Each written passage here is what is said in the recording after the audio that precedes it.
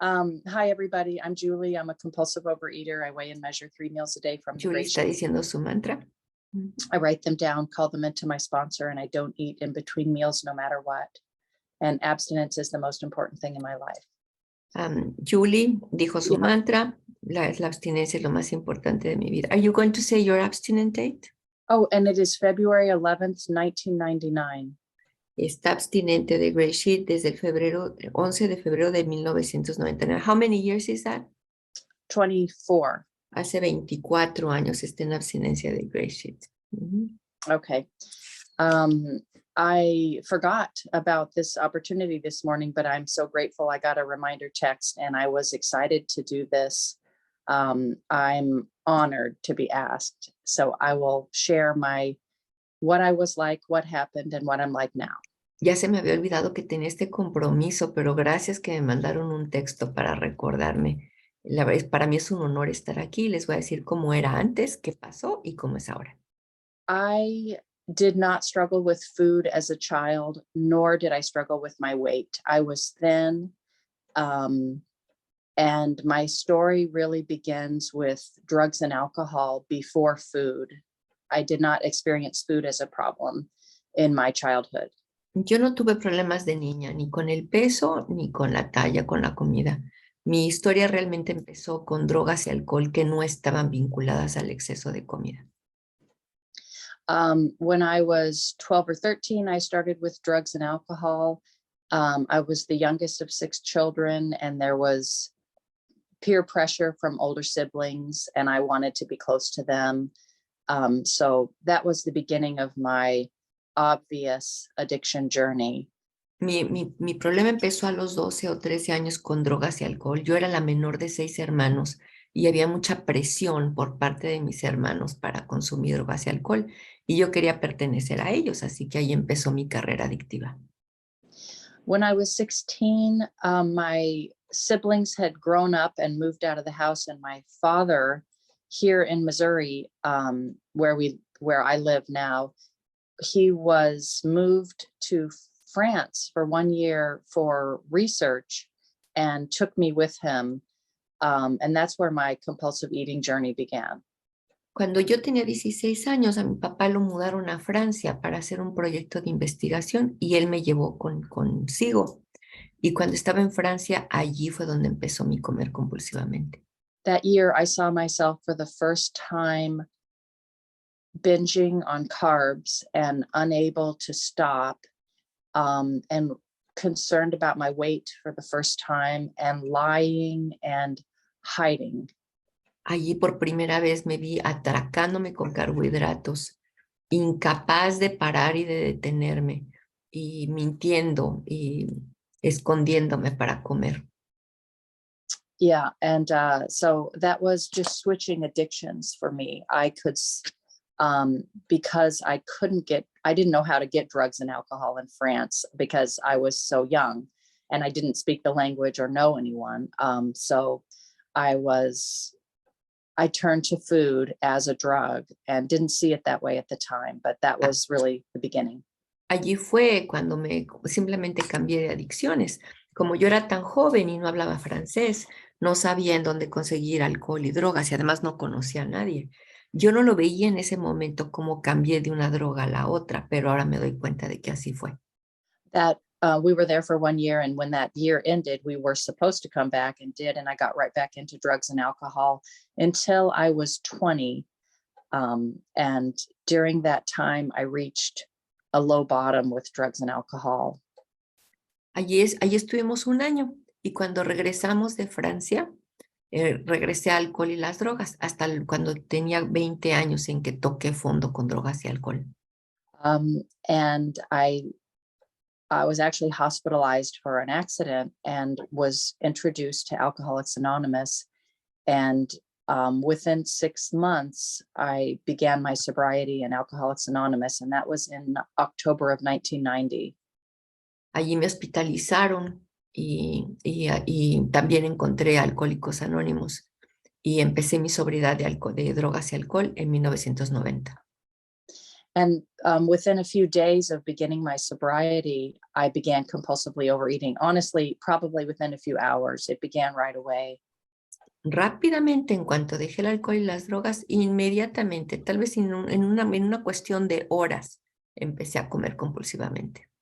And so within the beginning months of my sobriety, I started hearing about Overeaters Anonymous and having a dreadful feeling that I needed to go to that program, but not wanting to even admit it to myself in the beginning.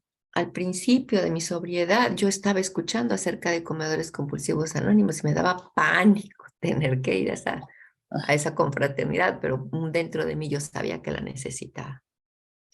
I started going to Overeaters Anonymous meetings. I had moved to Colorado from Missouri, and at that time in Overeaters Anonymous meetings, they practiced the dignity of choice, which meant that I got to choose my own food plan. En esa época, yo iba a las reuniones de comedores compulsivos y había un panfleto que se llamaba La dignidad de elección. Lo que quería decir es que yo podía elegir mi propio plan de alimentos. I could not get abstinent choosing my own food plan. And I really tried for about 3 or 4 years in Overeaters Anonymous. And then I moved back to Missouri, and then I was really struggling with food and trying to get abstinent. Y por más que lo intentaba durante 4 o 6 años, no podía estar abstinente con mi propio plan de alimentos. Y así sucedió, lo intentaba, pero no podía. Después regresé a vivir a Missouri y toqué un fondo horrible de comida. And I was introduced to a woman through an AA friend who he said she had some kind of solution around food. And it turned out she had just moved to my community from Cambridge, Massachusetts, and she had been doing the GreySheet for 14 years. Y un compañero de Alcohólicos Anónimos me presentó a una GreySheetera que se acababa de cambiar a mi zona de Cambridge y que ya había estado haciendo GreySheeters Anónimos. For how long has she been? 14 years for her at that time. Que tenía 14 años viviendo en la solución y mi amiga de Alcohólicos Anónimos me presentó a esta mujer. And that was 1995. I was 25 years old and I got abstinent on the GreySheet right away. Eso fue en 1995, yo tenía 25 años y alcancé la abstinencia así. And it was amazing. I didn't have much weight to lose, but it melted off of me. But most importantly, I had the freedom for the first time in my life of feeling virtually addiction free. No tenía muchísimo sobrepeso, pero lo adelgacé rapidísimo, pero sobre todo sentí la libertad de no tener esclavitud de ninguna adicción. Por primera vez en mi vida estaba limpia de adicciones. And she told me, if you really want this, you have to fly to Boston and go to meetings there because that is the home base, that is the mothership. Y me dijo, si realmente quieres hacer esto, tienes que tomar un avión para ir a Boston, porque allí es donde está la cuna de la recuperación. And I just say, I was not a world traveler. And I was at a phase in my life where I didn't really have the money for traveling. And that was so outside of my comfort zone, as were the other things she asked me to do, like making the phone calls to people around the country that I didn't know. But I had the willingness, and I did fly to Boston, and I went to meetings for about 10 days.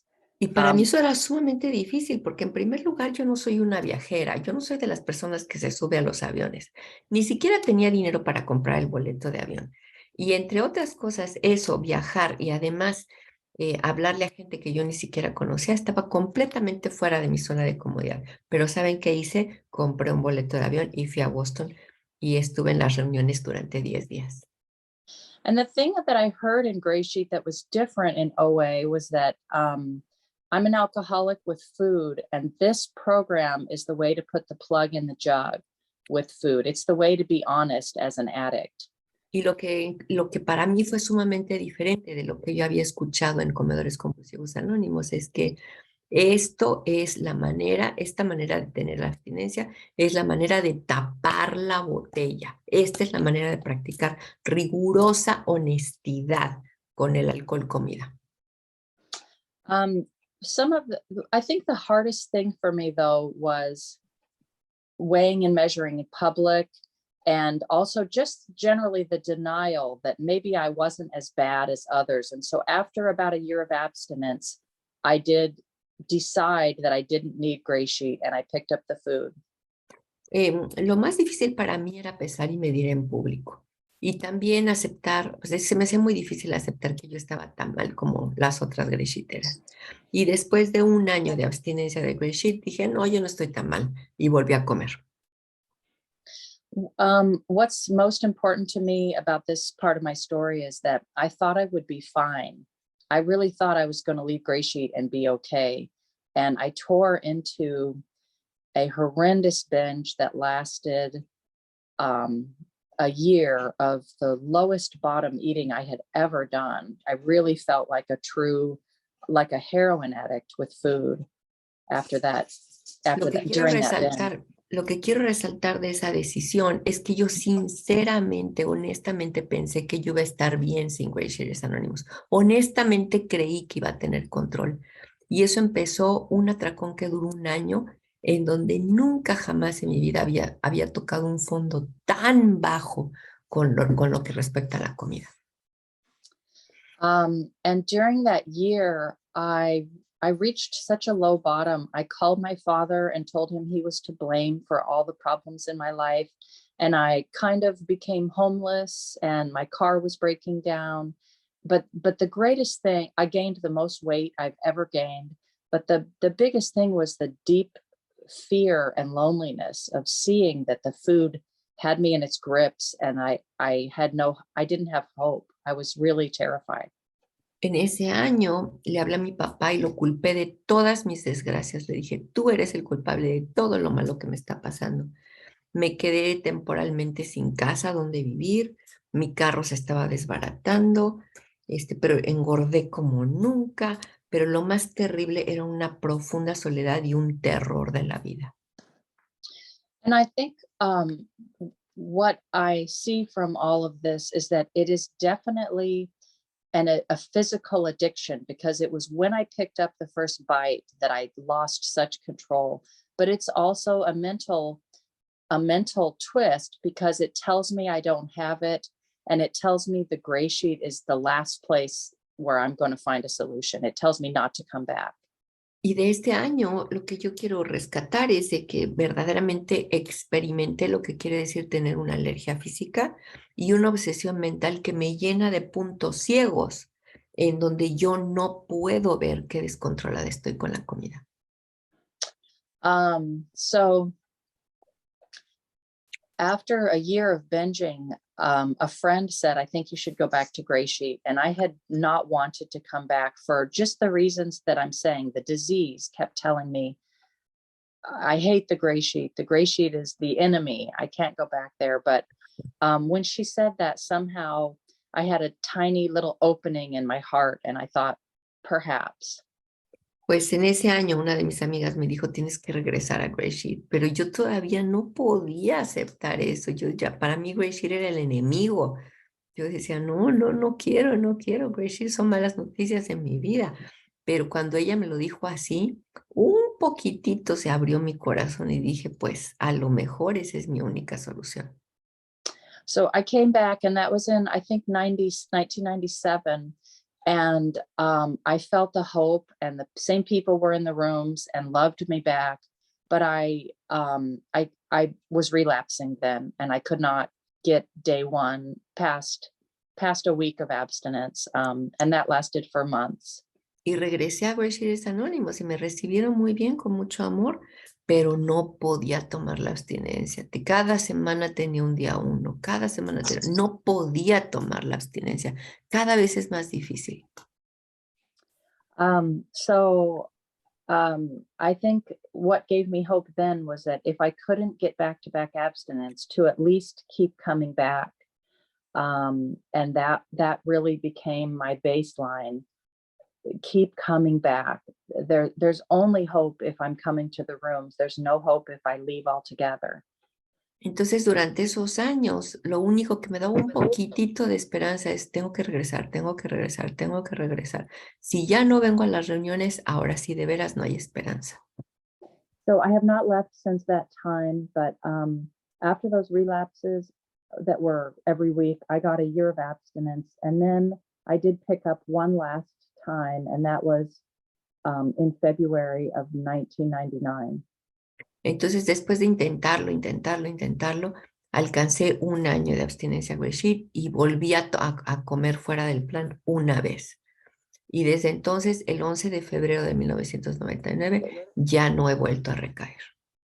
And then I ate for 7 days, and what was most frightening then was that I didn't even feel any pleasure or comfort from the food. It had stopped working, but I still felt the compulsion, and that was a new horrifying level of my addiction.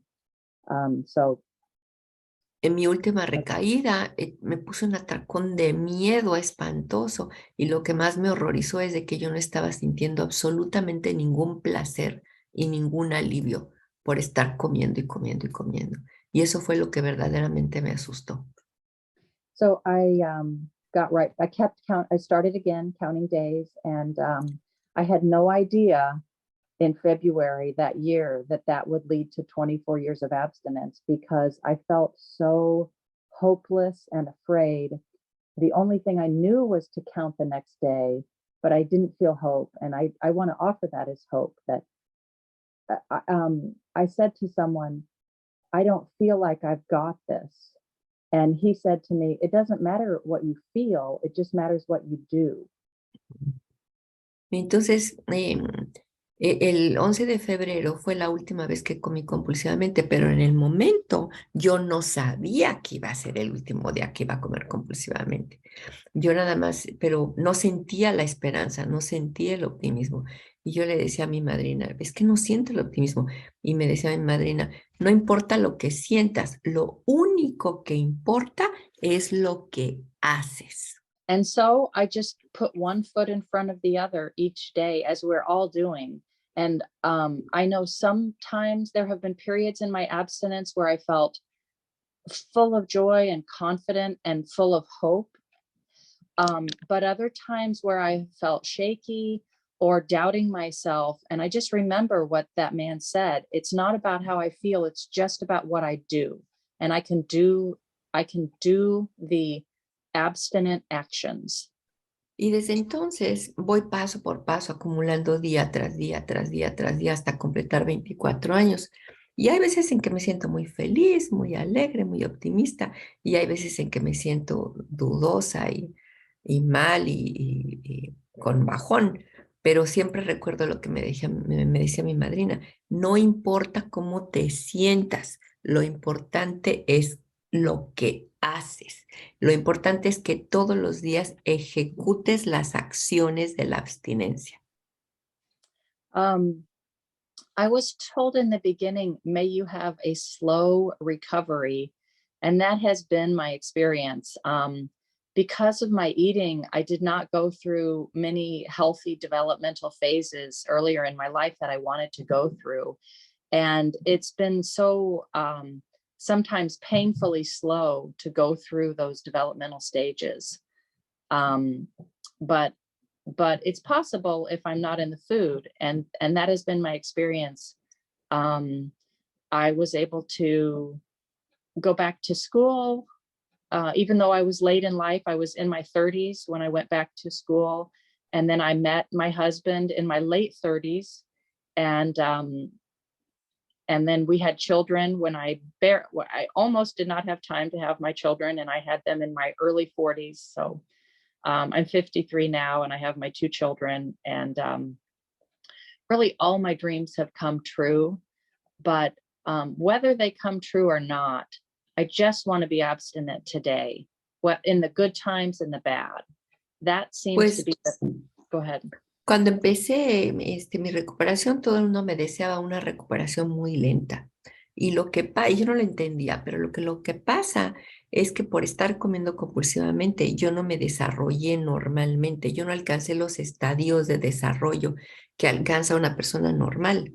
Regresé a la escuela a los 30 años, conocí a mi marido cuando tenía 30 y muchos, nunca, no me embaracé sino hasta los 40 y pocos, cuando ya no tenía tiempo de tener hijos.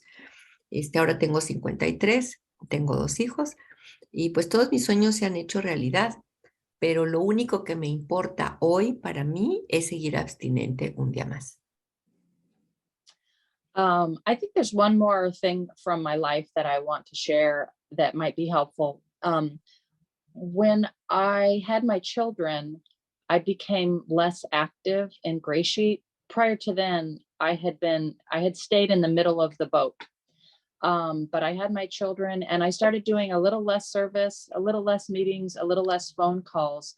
And about 6 or 7 years ago, I started thinking maybe I could have grains and maybe I needed grains to be healthy. Quiero mencionar algo muy importante. Desde que tuve a mis hijos, pues disminuyó mi actividad de recuperación. Ya no iba a tantas juntas, ya no podía hacer tantos servicios. Y hace como 7 años dije, se me hace que yo necesito granos para poder estar sana. Se me hace que necesito cereales y granos. So I see that today as the disease, but I didn't see that at the time. But thankfully, I knew from 12-step recovery to be honest with my sponsor. So I told her what I was thinking and that I was thinking of maybe trying to find another 12-step program that allowed grains. And she said, well, has your doctor told you that you're not healthy? She said, to me, that sounds like the disease. Ahora comprendo que era mi enfermedad la que estaba hablando, porque pues tuve la oportunidad y la grandísima bendición de poder 100% honesta con mi madrina. Y cuando le dije lo que estaba pensando, me dijo mi madrina, bueno, ¿tu médico te dijo que no estás sana? ¿O por qué estás pensando que para estar sana pues tienes que comer granos? A mí se me hace que eso suena como la adicción. And she said, I want you to start going to a meeting every day and making 3 phone calls a day and getting more involved in service. And I began doing that more.